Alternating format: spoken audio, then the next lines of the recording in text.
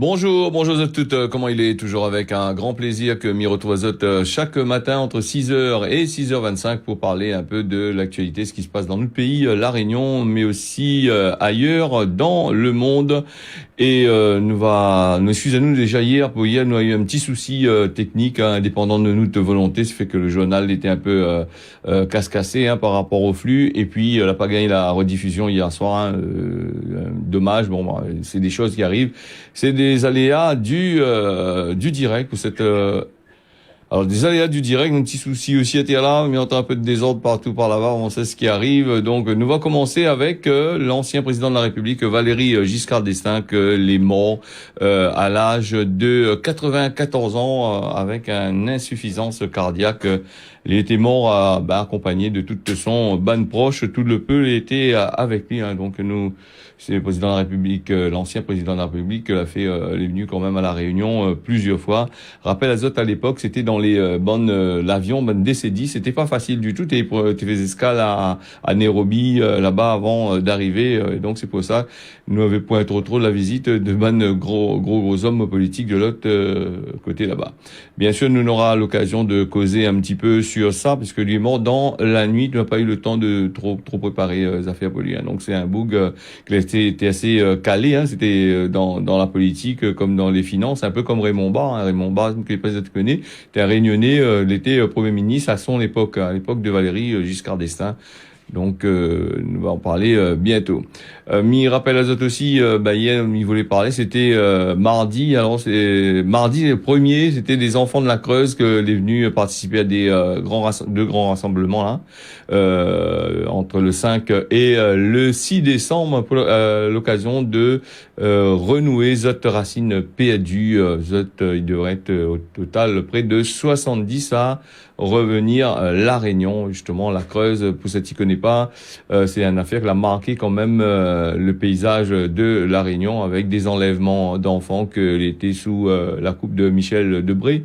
Rappel à Zot. Et puis c'était aussi à l'époque où maintenant tu appelles voleurs enfants, le petit camionnette blanc, le petit camionnette rouge, c'est traverse, et vient vol de marmaille pour aller ensemble déposer dans des familles.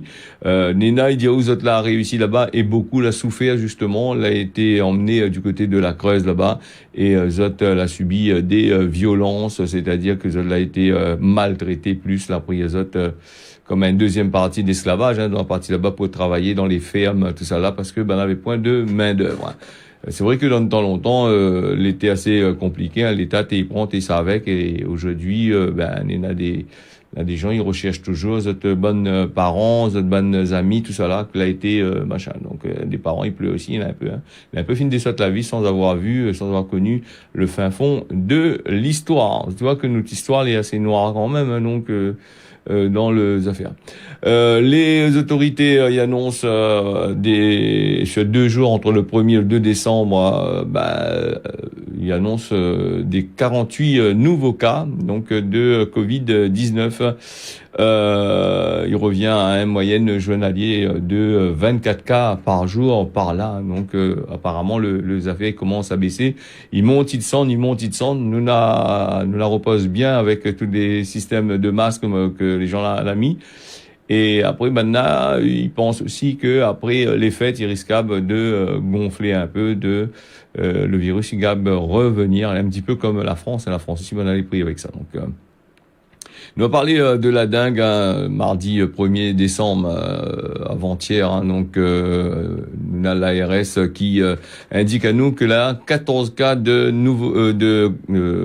dengue a été détectés sur notre territoire. C'est entre le 23 et le 29 novembre. Et il dit aussi la saison chaude y arrive, les farines la pluie commence à tomber un peu.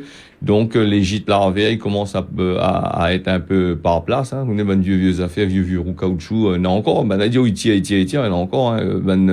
Vieux loto cassé, tout ce que n'est n'est pas bon du tout. Ça, de l'eau, il peut stagner dedans, reste dedans. Ça c'est des choses que les moustiques qui viennent pondre dedans. Il fait des gîtes larvaires, et oui, la dengue, il vient pour nous, comme il dit l'affaire, il y en a de quoi rendre de monde dingue, donc avec la dengue. Alors donc nous n'avons aussi la vaccination que les du Covid-19 que des scientifiques là, que les préoccupations des scientifiques dans la lutte contre le Covid-19.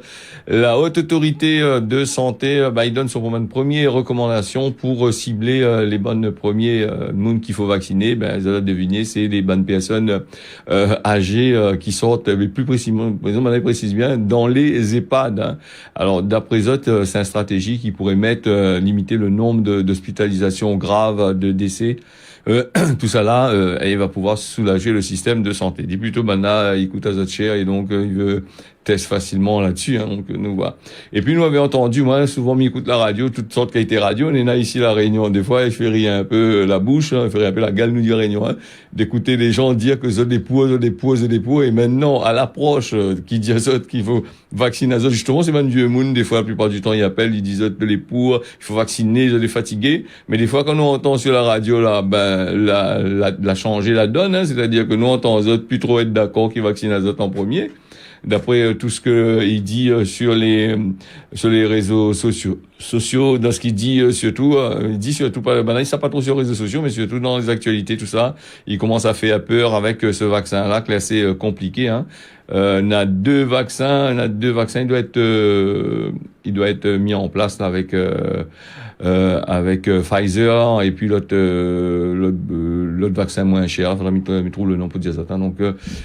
Donc il fait peur un petit peu ces personnes-là pour ça. Donc l'actualité en parle souvent et donc les gens ils commencent à avoir cap sur autres vacciner ce vaccin-là et puis le vaccin est assez compliqué par rapport à la fabrication. On a un peu dit on a l'aluminium dedans, on a un peu dit on a la fragmentation de virus, on a un peu dit tout ça, mais en fin de compte là, je pense que ne connaîtra pas vraiment ce que Nena dedans, parce que je pense que c'est des secrets de laboratoire qui donnent pas n'importe comment. C'est des millions et des milliards qui ont été investis là-dedans pour faire de la recherche, pour trouver des solutions. Pas demain la veille que le laboratoire ils mettent ça en libre accès pour les autres bonnes concurrents, parce qu'on a beaucoup d'argent. C'est un business incroyable. Alors justement avec la lutte contre le Covid-19, nous avons aussi Emmanuel Macron qui part pour bientôt là entre avril et juin, dit ça va de l'année prochaine qui arrive, pas tout de suite en campagne contre le Covid-19, après avoir vacciné les bonnes personnes fragiles comme il dit, il a fait un point de presse avec le ministre belge Alexander Croo. N'a pas trop longtemps de ça. Lui, après, il va attaquer un peu les personnes un peu moins vulnérables. Il va commencer à mettre le vaccin là-dessus. Nous fermons la parenthèse là, nous revient ici la Réunion avec Didier Robert qui est en campagne, les hommes politiques qui commencent de campagne bonheur. Donc comme Ben a dit, c'est pas un secret. Le président de la région, le président sortant, s'il est resté, s'il a sorti, comme ça dit. Donc il est parti en campagne pour les régionales. Normalement c'est en mars 2021, mais d'après ce que nous avons entendu, sera reporté en juin, probablement en juin 2021. Alors lui, il est conscient de la fragilité que l'INENA, avec tout ce qui va se passer depuis la création de la route littorale, après tout ce que va se passer, la nouvelle route littorale, tout ce qui va se passer là-dedans, il fait un petit peu peur pour lui. Donc lui part un petit peu de fait à la tournée de toutes les communes et à chaque fois, comme par hasard, une superbe enveloppe, il tombe du ciel, par la grâce du président de la République et son gouvernement que l'a donné, ce que la presse dit, 600 millions d'euros aux régions et territoires, pour ça c'est pour faire la relance, la mise en œuvre de la relance économique, tout ça là, ça devrait donner un peu des entreprises aussi ça. Donc il part avec les maires qui gagnent quand même pas mal avec Didier Robert. Alors 250 millions déjà qui a été donné, distribué. Le tampon, il gagne 54 millions. Le tampon, c'est un peu normal que lui donne ça. C'est Tianakoun était le montant quasiment de Didier Robert et il y a fait ses bonnes preuves vraiment là-bas du côté de la commune du tampon. Saint-Pierre avec 51 millions d'euros et puis le 5 novembre. Bruno Domingue l'a gagné environ, lui combien il a gagné? Il a gagné 30 millions d'euros. Alors, comme nous connaît, il essaie d'accaparer un petit peu là-bas. Apparemment, mais il pense que pas que Thierry Robert va présenter à lui pour les régionales, hein, d'après ce que nous entendons dire, hein, mais pas peut-être aussi, peut-être le bout que ça présente à lui aussi. Donc, n'est pas dans sa tête, hein, donc voilà. Alors le 12 novembre, Didier Robert a visité aussi le sud sauvage chez le Breton. Rappelle-toi, le Breton, c'est le boug il veut pas qu'il veut le faire le beach, Madame Annie Beach là-bas, le petit coin charmant, il devient petit coin béton. A manifesté après trop longtemps là-bas sur Manapani justement pour l'ouverture de le petit coin de la plage, là, pour bande de monde, venir pique-niquer, et puis, assise pour aller là-bas. Lui, il a gagné 30 millions d'euros. Toujours des millions et des millions, hein. Nous, toujours au cul, nous. Donc, c'est machin. Nous va parler,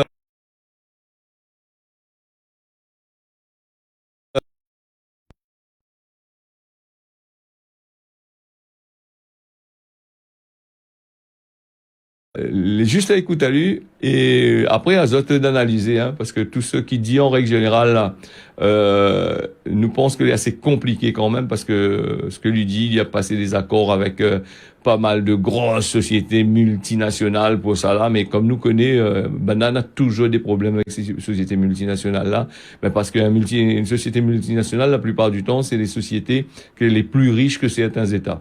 Alors, des fois, vous avez la point d'ordre à donner à tout le monde. Personne n'a d'ordre à donner à autres. Donc, ça fait un petit peu tout ce que tu veux. D'ailleurs, quand nous a vu avec le Black Friday avec Amazon qui dit, bon, n'a décale un petit peu pour faire plaisir à autres, mais sinon, ça ne décale pas. Il veut dire bien que, par exemple, dans le cas d'Amazon, Amazon, il a la main mise sur quasiment presque toutes les affaires. Alors, un État, quel que soit l'État, il est, donc, lui, il parle avec ça. Donc, nous fermons la parenthèse là-dessus. Nous rouvrons une autre parenthèse avec le président de la République. Il parle à nous de Tech for Good. Allez, le bon Internet, et c'est tout de suite. Aujourd'hui, nous avons franchi une nouvelle étape. Plus de 75 décideurs et dirigeants de la tech viennent de signer l'appel Tech for Good. Grands groupes, licornes, start-up, fondations, organisations non gouvernementales, de France comme de tous les continents, tous reconnaissent, en signant ce manifeste, leur impact social, sociétal et environnemental. C'est un pas en avant inédit et je veux en remercier aujourd'hui très solennellement les premiers signataires.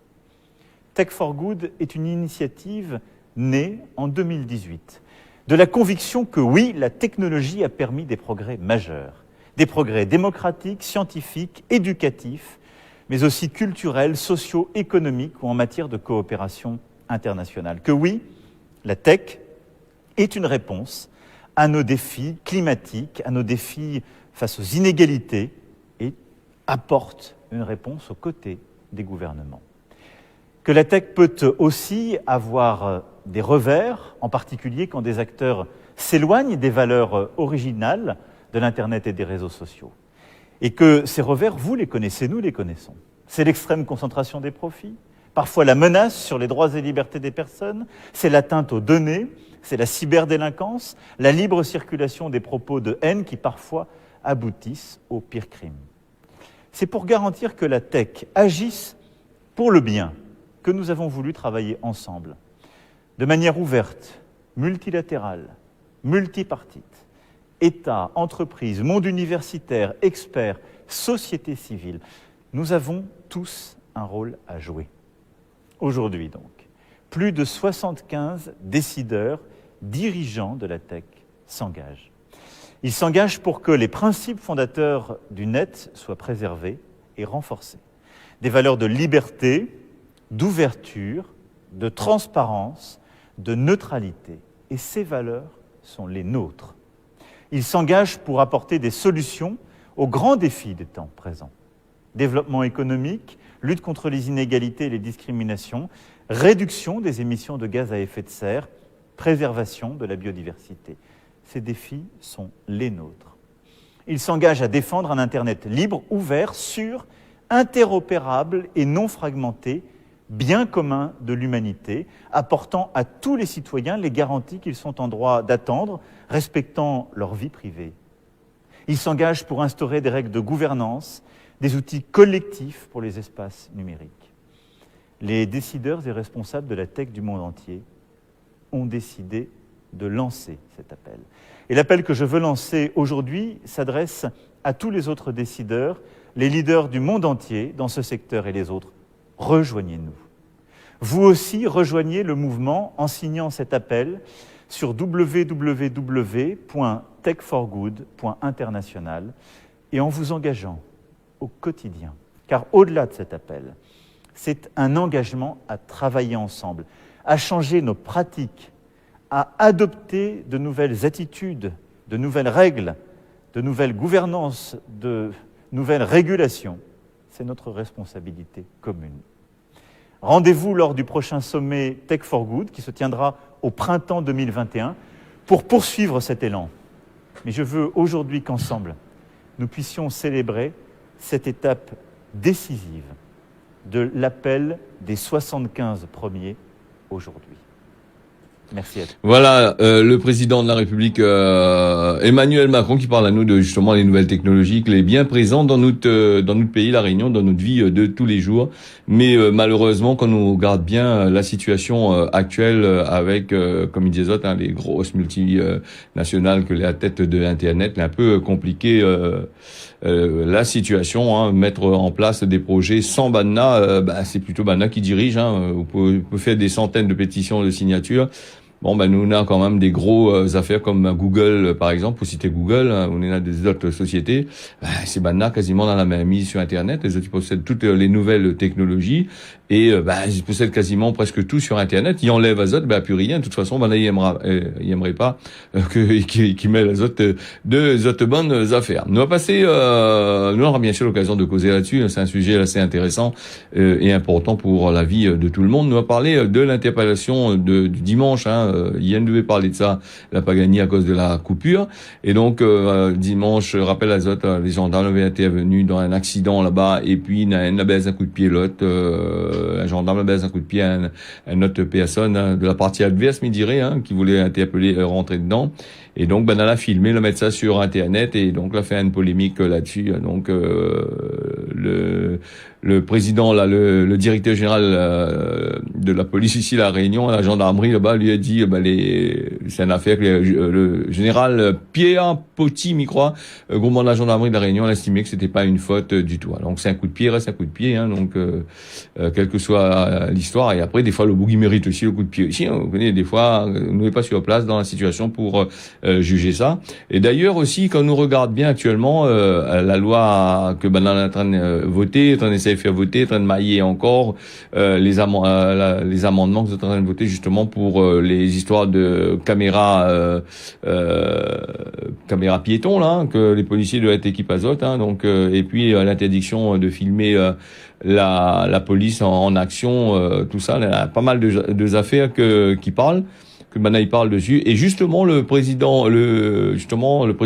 chef de la police là-bas à Paris là-bas, il parle de justement des bonnes affaires, l'arrivée aussi en France. Ça rappelle Azot que des gens ont été tabassés par la police, et donc lui donne une version que nous écoute tout de suite là-bas du côté du Sénat. Je vous le dis avec beaucoup de force et beaucoup de conviction. Celle d'un homme qui est entré dans la police en 1982 et qui l'a quitté pendant 4 années pour exercer les fonctions de préfet de département. J'ai la faiblesse de penser que je connais bien cette belle institution et les hommes et les femmes qui s'y dévouent. La police n'est pas violente, alors même qu'elle est confrontée en première ligne à la violence comme aucune autre structure dans notre pays.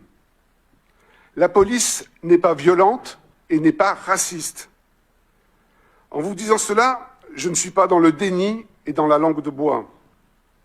Je vous livre ce que je vois et ce que j'entends.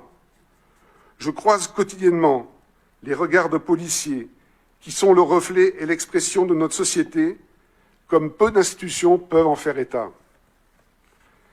Des hommes et des femmes courageux, professionnels et volontaires, qui répondent toujours présents dans les moments les plus difficiles. Dans ce métier compliqué, qui conduit beaucoup de policiers sur la voie publique, vous pouvez partir en patrouille et vous retrouvez à intervenir sur une action très violente. Et j'ai en mémoire l'exemple de l'assassinat monstrueux de Samuel Paty à Conflans, où des effectifs de la sécurité publique de cette circonscription étaient en patrouille et en quelques minutes, malgré le caractère épouvantable de cette scène de crime, ont réagi et ont pu neutraliser l'auteur de cet assassinat dans les conditions les plus professionnelles.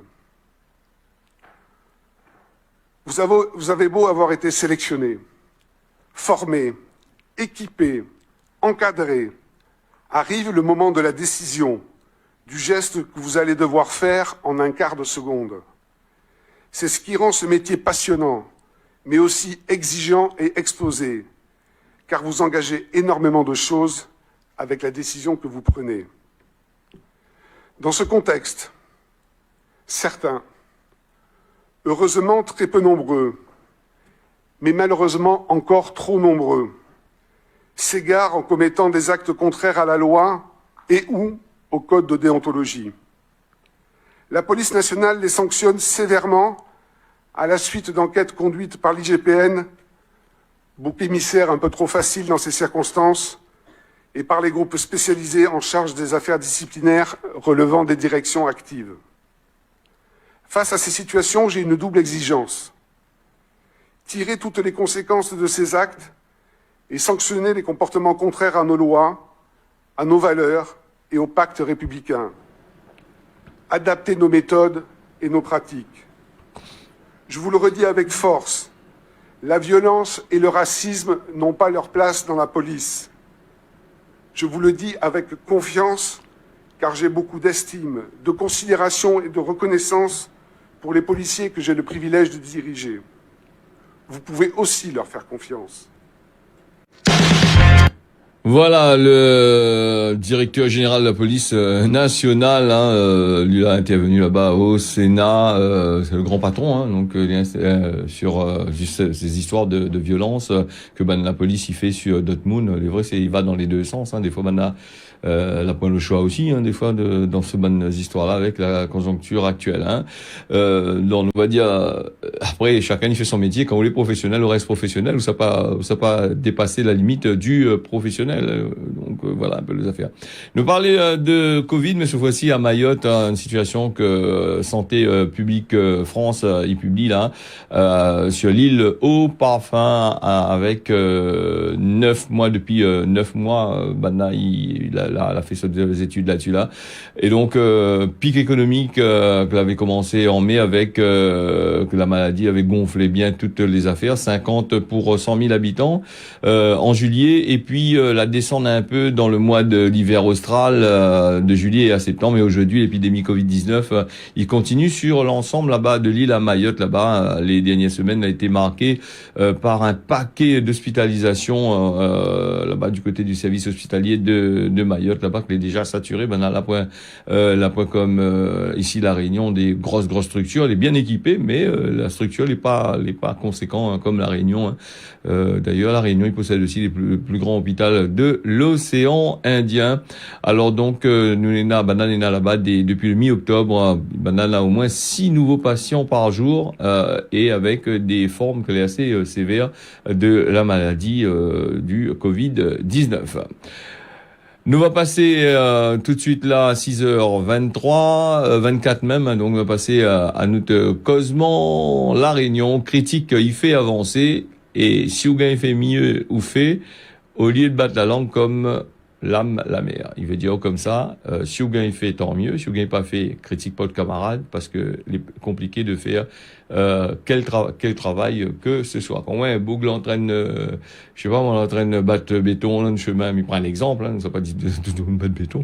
Est-ce qu'Ougain il fait ça ou? C'est ça le problème. Au lieu de criticalité, Bougla bat de béton, il veut dire un truc comme ça. Mais donc voilà. Donc en gros, c'est un exemple, on a d'autres exemples là-dessus. Donc au lieu de la critique, il fait avancer. Et puis si Ougain fait mieux que lui, il a les faits, il met dans les affaires. On voit si Ougain il fait, s'il est s'il est facile, et comme Gramoun il dit, arrête de battre toute langue comme l'amlamé, l'amlamé, il bat, tout gagne pas défendre, il bat.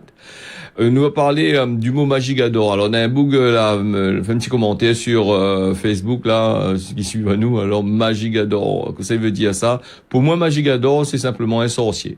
Donc il y a bien le mot magie dedans et la magie noire. Donc c'est un sorcier qui fait de la magie noire. D'ailleurs, il y a une vidéo qu'on m'avait fait il y a quelques temps de ça. Il suffit que tu tapes Magigador dans YouTube, ça va tomber sur la présentation comme il fait en plus grand parce que c'est assez compliqué de machin parce que c'est assez long les affaires. On va passer au message d'Alexandra de Bassin-Martin qui dit à moi serait mieux au lieu de vacciner nous de ban Gramoun fait test Suzot fait test ici nous à la Réunion il faut mettre test de Suzot avant parce que la Réunion typiquement la Réunion pour un laboratoire de test. Henri-Claude du Tampon qui disait à moi quand ban cas en fait il fait un erreur pour certains les normales et pour d'autres quand il tape sur des personnes qui méritent pas donc pour d'autres les normales. Par contre, dans son commune, Nena, un tacon, un petit cagnard, faut mettre en tôle, et là, il n'avait pas le petit doigt. Donc, peut-être que vous êtes la peur. Bon, connaît un petit cagnard, il trouve un bon peu, si c'est rien, on a bon plus. Il a cité partout. Donc, nous va la cité dans la ville aussi, mais ça va dire rien que de la cité à faire, non, faut pas machin. Alors, on va passer avec la météo, puisque le temps, il file vite, la météo avec un temps ensoleillé ensemble, nuages le matin comme l'après-midi ici à La Réunion. Et puis le temps sera couvert le matin sur côté de Mayotte le matin comme l'après-midi, un peu le même temps que n'aura du côté de l'île Maurice. D'ailleurs, nous salue notre ban d'allons mauriciens qui écoutent à nous sur Télé Créole, sur réseau social Facebook, mais aussi certains écoutent à nous sur Parabole, sur les autres Parabole ou Canal, tout ça là, donc écoutez-nous. Voilà, l'émission l'a fini. Mi remet à Siazot, midi Azot, tiens beau serré l'arc pas. Puis me salue un petit Gramoun là-bas, il dit moi il aime bien comme il dit tiens beau serré l'arc pas là-bas du côté de Piton Saint-Leu. Il dit tiens beau serré l'arc pas et reste bien sûr Télé Créole, on y retrouve à demain matin 6h.